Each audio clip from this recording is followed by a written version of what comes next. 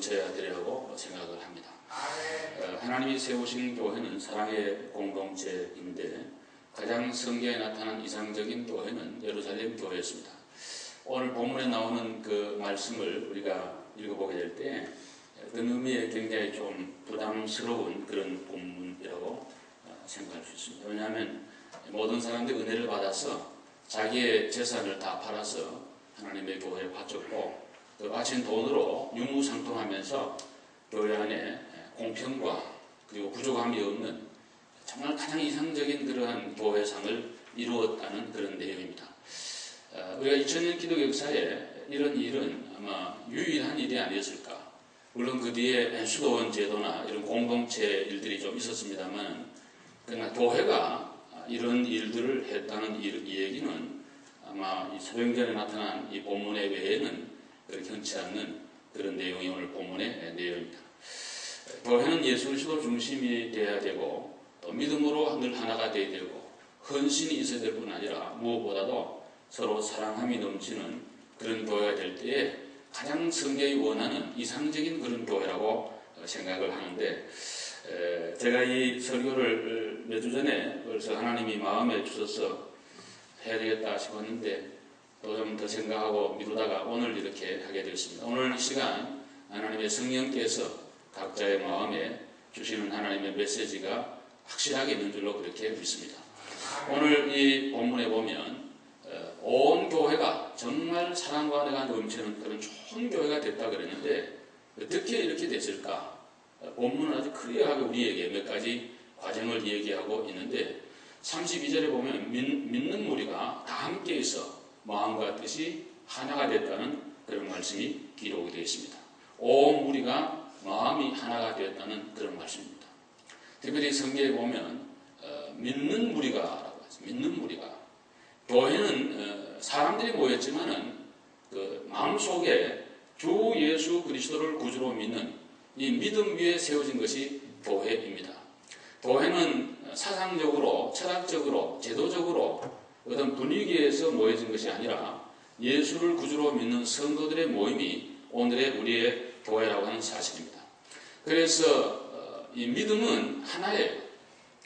예수를 믿는 것은 하나예요. 그거는 동서양, 빈부귀천, 남녀, 노유 어떤 것을 다 초월하여 문화와 모든 정치와 상황을 초월해서 예수를 구주로 믿는 믿음은 하나여야 되고 하나일 수밖에 없고 그래야 그것이 올바른 교회의 기초가 되는 줄로 믿습니다.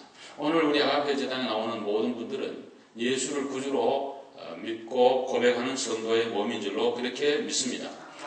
정말 구주를 영접하고 예수를 구주로 영접하고 그분을 통해서 구원을 받는다는 확고한 믿음이 있어야 그것이 교회입니다. 아멘. 그것이 무너지게 되면 교회가 아닌 것입니다. 아무리 많이 모이고 대단한 역사를 이루어도 그 신앙이 없게 되면은 비바람 앞에, 박해 앞에, 환경의 변화 앞에 교회는 살아남지 못하고 다 흩어지게 되어 있는 것입니다. 오늘 주님이 이 세상의 교회를 볼 때는 하나의 교회로 보고 있습니다. 지금 우리는 형편 따라, 처지 따라 교파, 교단이 있고 로컬 처치 이름이 있습니다만 하나님이 볼 때는 우리의 신앙 고백처럼 하나의 원 캐톨릭 처치, 하나의 교회. 주님이 우리를 볼 때 하나의 교회로 보고 있다고. 그런데 문제는 우리 모인 성도들이 예수를 구주로 믿는 믿음이 있는 그 사람들을 볼 때 주님이 교회로 보고 있다는 거예요.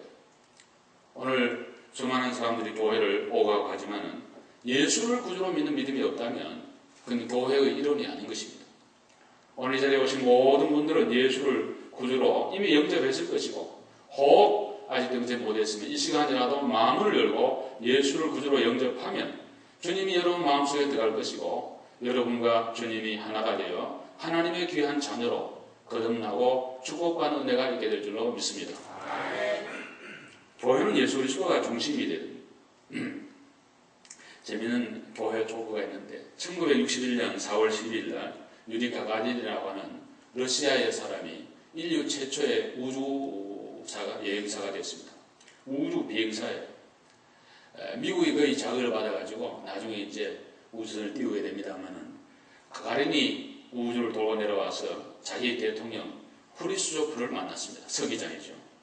이제 서기장이 물어봅니다. 가가린 보고. 우주에 갔더니 하나님이라는 사람이 있던가 이렇게 물어요.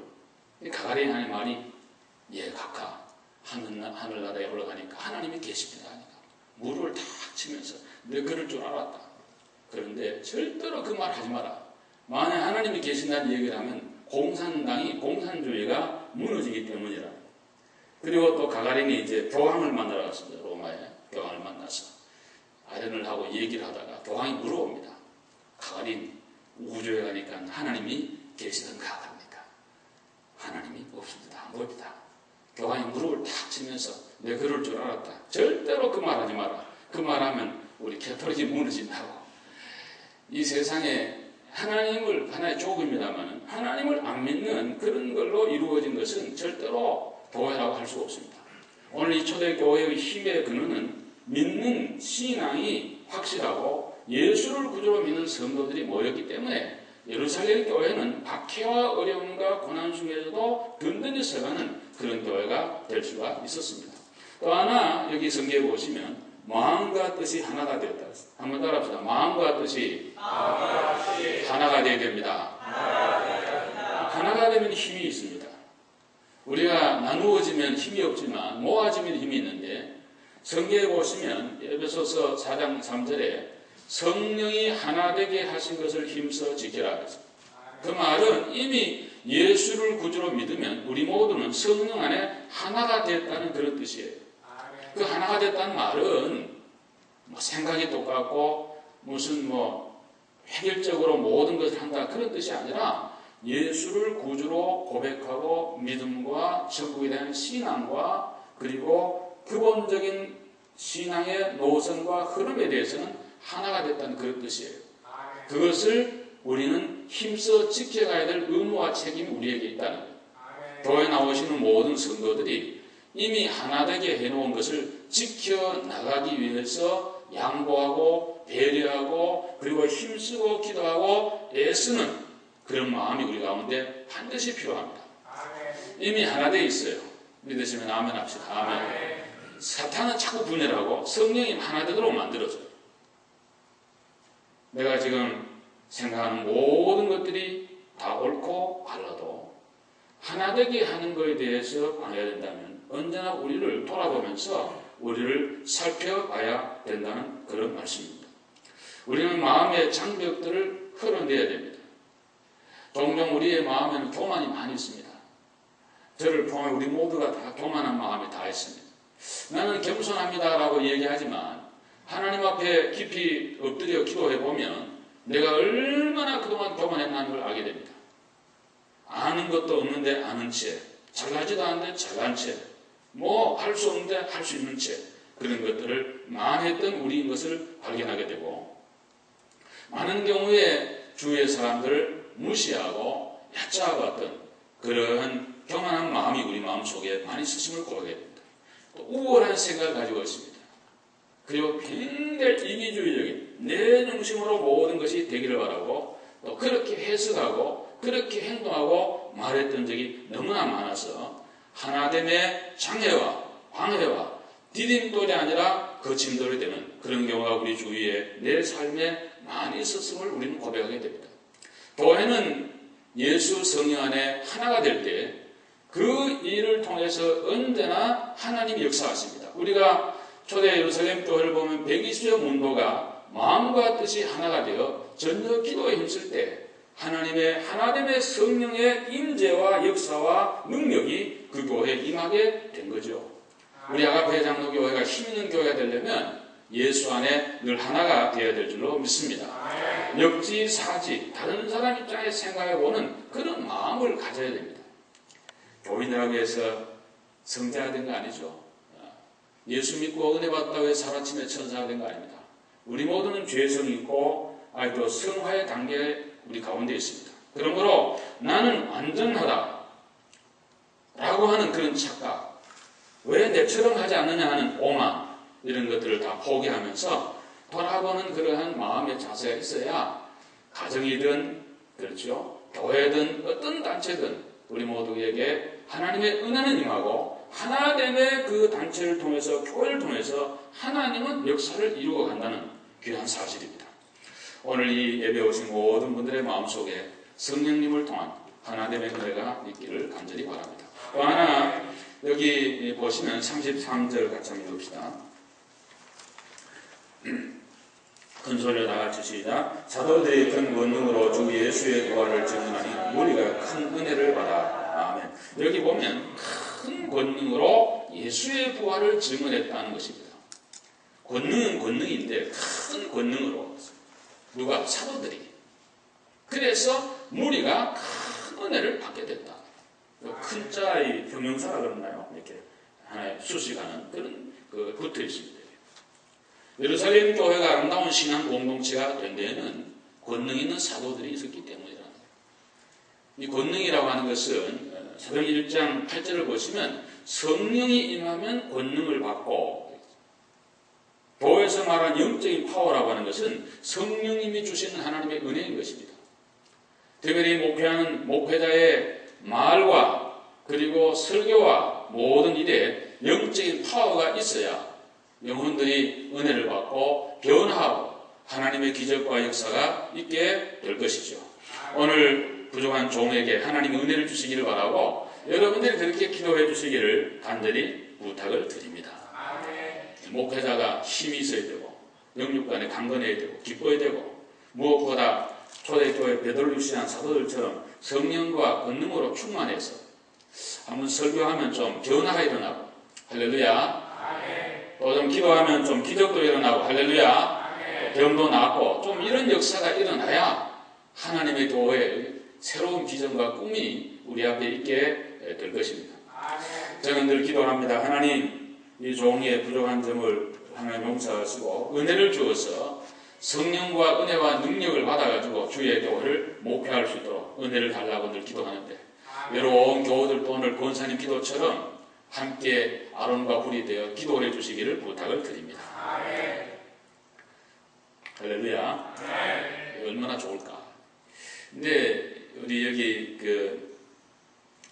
미국에 사는 우리 교포들은 좀 그런 체험들을 많이 못 해보는데 선교지에 가보면 굉장히 그런 기적들이 많이 된다. 제가 한 20년 거의 됐나요? 한 18년, 19년 된 것 같은데, 그때 중국에 문이 잘 안 열렸을 때 제가 영길, 또 도문, 장춘, 베이징 여러 군데를 가서 저석교회 지도자들을 한 200명 훈련했던 일이 생각납니다. 여러분 많이 제가 말씀을 드렸고, 제가 돌아와서 그때 우리 저 웨스트필드 미국 교회 빌려볼 때인데 한 6개월간 그 얘기를 많이 했던 것 같습니다. 제가 은혜를 참 많이 받고 돌아왔는데 가서 이렇게 예배를 그때 인도하는데 영길교회 그때 한 600명, 700명 모일 때 설교를 제가 했는데 지금은 3,000명 이상 모이는 큰 교회 되었습니다만 강산까지 사람들이 차 있는데 이 설교를 하면요, 교인들이 어떻게 생각하냐면 우리 목사님 설교를 좀 오래 하면 안 되나 이런 마음을 갖고 있어요. 그러니까 설교를 풀타임을 최하로 2시간을 해달라는 그때 종일 강의하고 시차도 있고 잠도 그냥 같이 거기 교회에서 같이 자고 먹고 샤워도 제대로 못하고 이런 그 상황인데 설교를 서서 그 더운데 에어컨도 없는 데서 2시간씩 한다는 게 좀 쉽지 않은데 얼마나 사모를 하니까 그렇게 했더니 생각납니다. 마치고 났더니 교원들이 다 나와가지고 안수기도 해달라는 전부 다. 이야, 정말 너무너무 감사하고 영광이고 정말 얼마나 큰 영광입니까? 그렇지만 안수기도 해보신 분은 알지만 한 3사람만 정성을 가지고 정말 하고 나면요 거의 기진맥진합니다. 3사람만 해도 그만큼 영적인 그 파워가 나가기 때문에 지인에게 다 빠져나가는 거예요. 그런데 그 많은 사람을 누구는 또 정성스럽게 하고 누구는 그냥 하고 이거 안 되고 하니까 다 하고 나면은 그냥 쓰러질 정도인데, 그러나 그런 기도를 받고 그분들의 간증을 들어보면 문제가 해결됐고 귀신이 떠나갔고 삶의 은혜가 있고 병이 나았다는 그런 놀라운 간증을 들으면서 힘을 얻었던 그런 일이 생각이 납니다. 왜 그런데 미국에는 그런 역사가 잘 없나? 우리 모두의 책임이에요. 오늘 이 시대에 교회는 동일한데, 성리의 역사도 동일한데, 하나님의 역사는 옛날이나 지금이나 환경이나 나라나 모든 걸 뛰어넘어서 함께 역사한 줄로 믿습니다. 우리 교회도 그런 역사가 일어나기를 간절히 바랍니다. 이제 여기 이 사도들이 이런 권능을 가지고 증언한 것은 무엇인가 하니까 부활을 증언했다고 했어요. 그 설교의 내용이 예수의 십자가 부활이었습니다. 초대교회가 힘있는 교회가 되는 데는 예수의 십자가 부활을 증언했기 때문이라고 얘기하고 있는 것입니다. 여러분과 제 신앙이 십자가 부활 위에 세워져야 그것이 온전한 신앙이요 바른 신앙이 된다는 거지요. 다른 것은 전부 지푸라기 같은 것이고 옆에 이렇게 하는 것이지 그것이 기둥은 아니에요. 러시아를 가보게 되면 옛날에 화려했던 교회의 웅장한 모습을 보게 됩니다. 지금은 거의 박물관 수준이에요. 종탑도 전부 황금이에요. 모스크바의 공항에 이렇게 내려보면 모스크바 시내에 황금 십자가 도움들이 곳곳에 있는 걸 보게 됩니다. 얼마나 옛날에 교회가 많았나.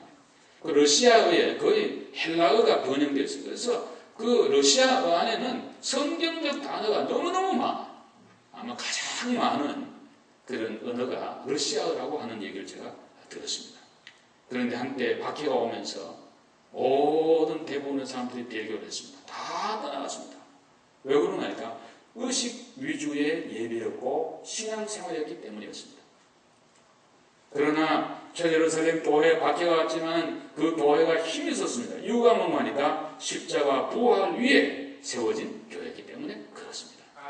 여러분 조금 더 오래 산다는 그런 정도도 아니고 조금 젊게 산다는 것도 아니고 여러분 예를 들어서 앞으로 여러분의 생애를 한 50년 보장해준다 예를 들면 그렇다면은 뭐 어디 다 하겠죠. 그걸 해준다는 거다. 앞으로 내가 정말 살아가면서 과거에로 10대로 내가 돌아가서 한번 다시 인생을 살 수 있도록 만들어준다. 만약 그런다면은 뭐 못할 게 없으리라고 여러분 생각합니다.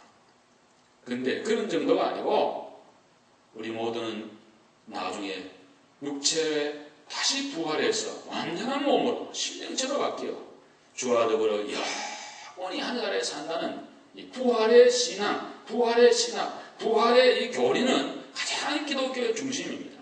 어떤 고난이 와도 이길 수 있는 힘이 부활의 신앙인 줄로 믿습니다. 사업이 좀 어려워도 부활 신앙이 있으면 넘어갈 수 있습니다. 자녀가 주는 고통이 있어도 부활 신앙으로 이길 수가 있는 것입니다. 자연재해로 어려워도 이겨낼 수가 있는 것입니다. 문제는 우리의 마음속에 부활의 신앙이 있어야 됩니다. 여러분 초대교회의 힘은 사도들의 영적인 파워가 부활을 증언하는 거기에 교회가 큰 힘이 있었습니다. 우리 아베제단에 나오는 성도 여러분들이 예수를 구주로 믿고 마음과 뜻이 하나가 되고 그리고 우리 모두가 성령으로 충만하고 우리 교회의 중심이 부활신앙으로 무장이 되어서 큰 힘이 있는 그런 교회가 될 수 있기를 주의 이름으로 축복합니다. 하나 더 말씀을 오늘 드린다면 여기 본문 33절 하반절에 큰 은혜를 받아 우리가 큰 은혜를 받는데 큰 은혜를 받았다. 한번 아멘 합시다. 아멘. 큰 은혜를 받았다. 예루살렘 공동체가 참 힘 있는 데는 성도들이 은혜를 받았다. 은혜는 하나님이 거저 주시는 선물이 은혜입니다. 은혜. 보수가 아니에요. 일한 거에 대해서 받는 것이 아니라 그냥 주시는 하나님의 축복이에요. 은혜가 뭘까? 그 설명하기가 쉽지 않아요. 근데 현상은 얘기할 수 있어. 은혜를 받고 나면 너무너무 기쁘고 좋아. 너무너무 힘이 나고 너무너무 행복하고 모든 어려움을 이길 수 있는 힘이 은혜 받는 데 있는 거예요. 여러분 예수를 믿고 첫 은혜를 받았을 때 그 감격을 생각해 보세요. 안 먹어도 없어도 아무런 걱정도 없고 근심도 없던 그런 그 마음 최고의 행복한 상태예요. 지금 그때에 비하면 많이 가졌고 많이 부었고 많은 일은 좋은 거 있지만은 그때 그 감격이었거든요. 왜 그렇습니까? 은혜가 떨어졌기 때문인 것입니다. 여러분 마음속에 하나님이 은혜를 베풀어 주소서.